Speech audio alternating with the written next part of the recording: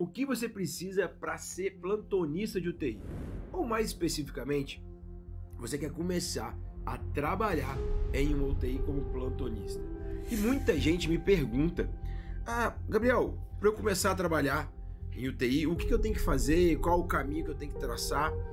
Digo até do ponto de vista de plantonista mesmo. E eu resolvi fazer esse vídeo para a gente comentar sobre essa pauta e eu trazer aqui a minha opinião. Para quem não sabe, eu sou médico intensivista, coordenador de serviço de terapia intensiva há mais de 10 anos e também sou diretor de operações de um grupo de serviços médicos. Então, a gente tem bastante know-how para argumentar e discutir um pouquinho sobre essa pauta que é, sem sombra de dúvidas, uma pauta polêmica. Mas antes de eu comentar com vocês, de eu falar para vocês, né, sobre o que eu penso sobre esse assunto, eu vou te pedir para compartilhar esse vídeo, até porque eu acho que esse vídeo vai ter bastante valor agregado, vai ter bastante pauta aqui de discussão, bem como seguir esse canal. Afinal de contas, a gente quer crescer, o canal precisa crescer para levar mais conhecimento, para a gente ter mais estímulo ainda, para levar mais conhecimento, e ativa o seu sininho, e sim, sem sombra de dúvidas, tava até me esquecendo disso, né, Luizão? Deixa seu comentário, porque para este assunto especificamente, estou extremamente curioso com os comentários que podem surgir. Então vamos pro artigo. Aliás, artigo não, vamos pro comentário.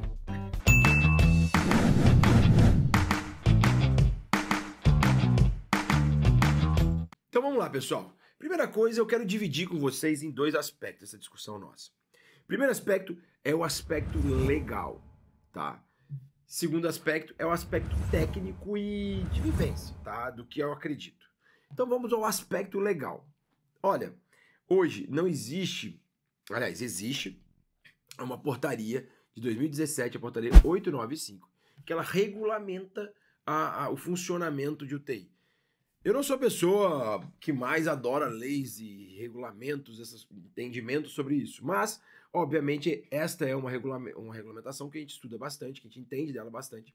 E essa regulamentação, 895, ela sugere o seguinte, ela indica o seguinte, que para o médico plantonista de uma UTI nível 3, uma UTI adulto, nível 3, ou seja, uma UTI de alta complexidade, este médico, ele deve ter 3 de 5 atribuições.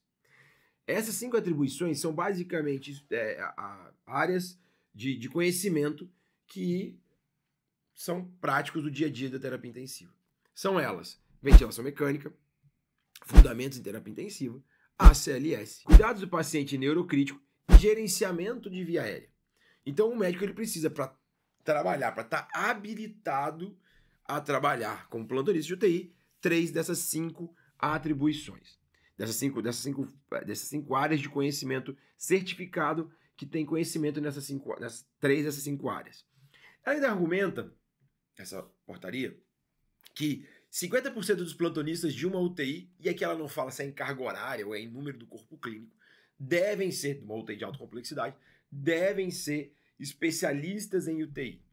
Ou seja, ela até recomenda que a gente tenha especialistas em UTI, mas ela também abre essa possibilidade do plantonista de UTI não ter nenhum tipo de especialidade na área ou especialidade em qualquer área. E aqui cabe um primeiro ponto, que é a questão do RQE. Eu preciso discutir com vocês uma coisa que é muito nevrálgica e polêmica. O RQE, pessoal, ele é o registro de especialidade. O que eu penso sobre isso? Um RQE de cirurgia vascular, um RQE, vou até colocar uma área afim, tá? Um RQE de infectologia, ele não necessariamente habilita esse médico a trabalhar na UTI simplesmente porque ele é especialista em infectologia. O RQE que é de propósito, que tem afinidade, que de fato deve ser o RQE exigido, é de intensivista. Na minha modesta opinião, um médico especialista em infectologia, em cirurgia vascular, em pneumologia, tá? E aqui talvez eu vou tomar pancada, mas vamos lá.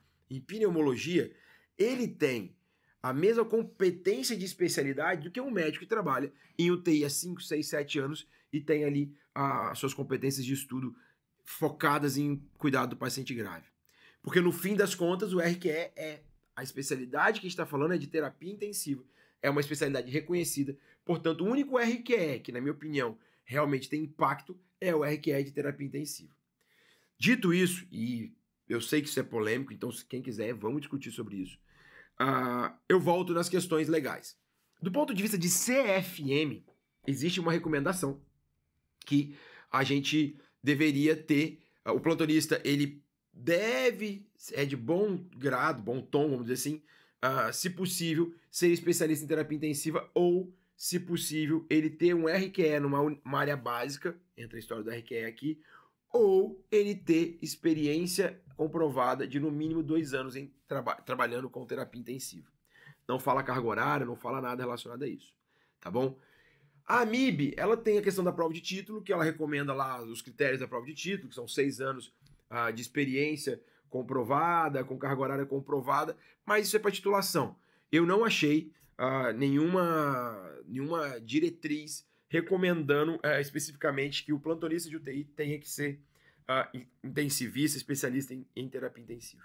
Gabriel, mas poxa, você não está sendo contraditório? Você que é intensivista, formado, eu fiz residência de clínica médica, residência de terapia intensiva, aí na Universidade Federal do Paraná, famoso HC, saudade do pessoal, doutor Hipólito, doutor Laim, beijo. Enfim, a gente... Poxa, mas se você tá... Por que você está falando, então, que para trabalhar como plantonista em UTI pode ser não intensivista? Bem, primeiro, que é óbvio que eu acho que todo mundo deveria ser plantonista de UTI, todo plantonista de UTI deveria ser intensivista. Mas, vamos ser realistas, pessoal. Só para trazer alguns números, nós temos hoje cerca de 45 mil leitos de UTI no Brasil. Formados, intensivistas registrados no último censo de 2023, a gente tem 8 mil. Então, se eu colocasse numa fração de 1 para 10, então esses leitos 45 mil, a gente desce eles para 4.500 leitos de UTI no Brasil. Só que o plantonista, ele precisa... Eu não tenho um plantonista para uma escala. Tenho no mínimo 4, 5 plantonistas para uma escala. Então, numa conta de pão aqui rápida, nós precisaríamos de no mínimo 25 mil intensivistas. Se a gente distribuísse eles de forma igualitária, 5 plantonistas, 5 intensivistas por cada 10 leitos de UTI para cumprir toda a carga horária de segunda a segunda, 24 horas. Ou seja, eu preciso de 25 mil e hoje eu tenho em torno de 8 mil. A gente forma em torno de 8 mil médicos intensivistas. A gente tem 8 mil vagas de terapia intensiva no Brasil. Então, se a gente pegasse e distribuísse isso tudo, eu não sou muito bom de conta, Luiz, mas vai dar 3 vezes 8, 24, né? Isso. Eu precisaria de no mínimo 3 anos que todo mundo formado e aquelas pessoas que estão no mercado hoje começasse a pegar plantão de UTI e ainda cuidasse da coordenação e da rotina. Então, pessoal, vamos ser honestos. Realidade. Lei dos fatos. Hoje não é possível colocar 100% de médicos intensivistas trabalhando como plantonistas em UTI. Por isso, a gente volta no tema inicial. Passado essa questão legal e essa questão de realidade, eu venho a trazer a vocês a minha opinião. E eu vou colocar em 4 pontos. Quais são as 4 habilidades, eu não diria habilidades, os 4 pilares que um médico que quer trabalhar dentro de uma terapia intensiva precisa para desempenhar um bom papel, ser eficiente no tratamento do paciente crítico e realmente agregar valor e fazer com que a gente não necessariamente tenha qualquer prejuízo para o paciente. Vamos lá então. Primeira atribuição. E olha, vou até tomar uma água, que essa primeira atribuição ela é pesada. Primeira coisa que eu quero falar para vocês é: o médico precisa ter interesse pela área. Gabriel, isso parece meio óbvio, não? Porque o médico plantonista, ele você está trabalhando na UTI, ele precisa ter interesse. Infelizmente, uma boa parte, não vou dizer que é a maior parte, não vou dizer que é a maioria de forma alguma, mas boa parte de médicos, inclusive médicos muito qualificados, especialistas nas suas áreas, com RQEs ou sem RQEs, eles acabam olhando para o cenário do plantão de UTI como um complemento de renda, como uma área de transição. E isso é muito ruim para a gente da terapia intensiva, no sentido de que, eu não estou falando que ele faz uma má prática, muito longe disso, só que esse médico não tem interesse em evoluir na área. porque ele é um cardiologista, porque ele é um pneumologista, porque ele não tem uma especialidade, mas ele quer trabalhar na unidade básica de saúde, por exemplo. Qualquer coisa que seja, ele não tem interesse pela área. Ali é só a UTI é só um ponto de transição para ele, ou de complementação. E a grande questão disso é que isso impede a evolução, tanto dos serviços quanto do próprio profissional, para se desenvolver e qualificar enquanto médico.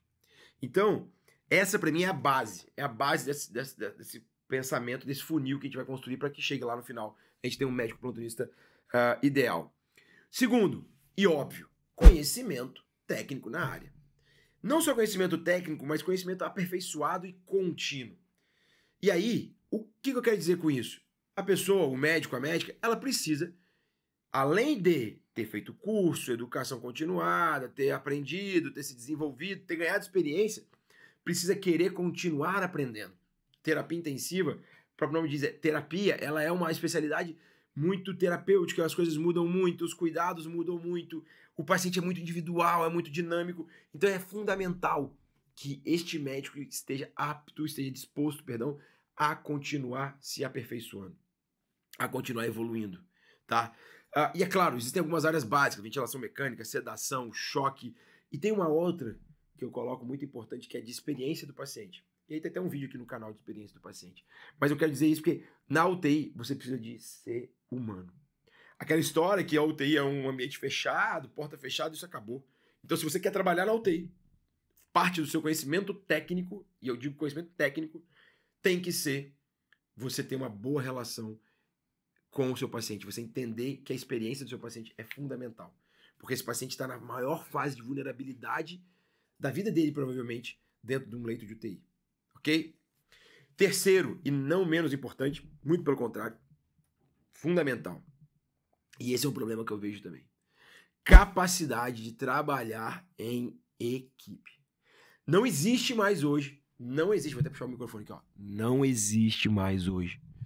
Não existe nenhuma possibilidade de um médico entrar para fazer um plantão de UTI e não entender que ele faz parte de um time multiprofissional, interprofissional, ou seja, ele vai ter relação com médicos cirurgiões, com outros médicos clínicos, enfim, ele vai fazer parte de um time, muitas vezes, na maioria das vezes, ele vai capitanear um time multidisciplinar. Então, se o médico não tem habilidade para isso, e aqui eu não tô falando pagar pizza, tá, pessoal? Porque eu detesto negócio de médico legal pagando pizza. Tô falando de médico eficiente enquanto equipe. Esse profissional que não tá apto, que não deseja isso, que não gosta disso, ele não deveria estar dentro de um plantão de UTI, tá bom? E aí eu vou chegar na minha quarta.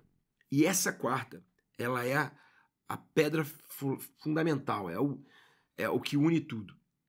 Se você, escuta o que eu vou falar, se você é plantonista de UTI, ou seja, você não é especialista em UTI, por mais capacitado que você seja, que você saiba lidar com a equipe, que você tenha área de interesse, mas se você não é especialista, está fazendo um plantão em UTI, você precisa ter mentores.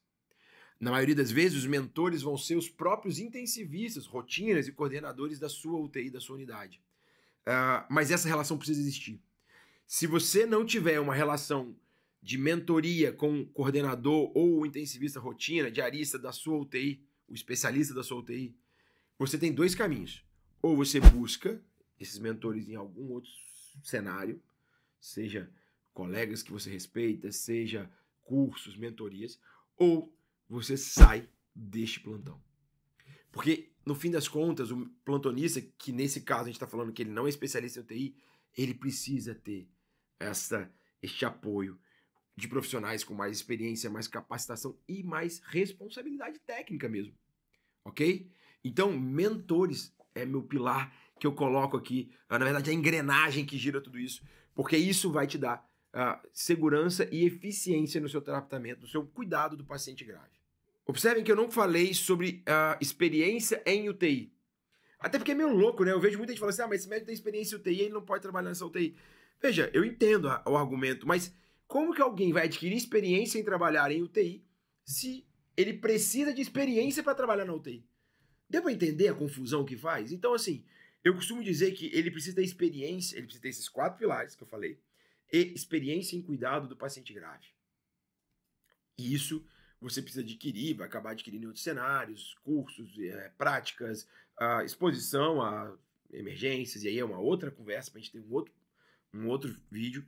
Mas, sem sombra de dúvida, você precisa ter experiência no manejo do paciente grave e adquirir essa experiência por qualquer um dos caminhos que eu citei, mas não necessariamente você precisa ter trabalhado em 10 anos de UTI para poder continuar trabalhando em UTI. Ok?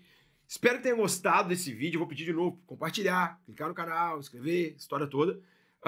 E vamos conversar, vamos discutir. É um vídeo que tem aqui algumas pontas polêmicas que eu gostaria muito de entender qual é a opinião de cada um de vocês. E vamos tocar para frente, porque esse assunto é um assunto muito importante e precisa ser discutido no nosso meio. Tá bom? Abraço, até o próximo vídeo. Fechou, Luizão?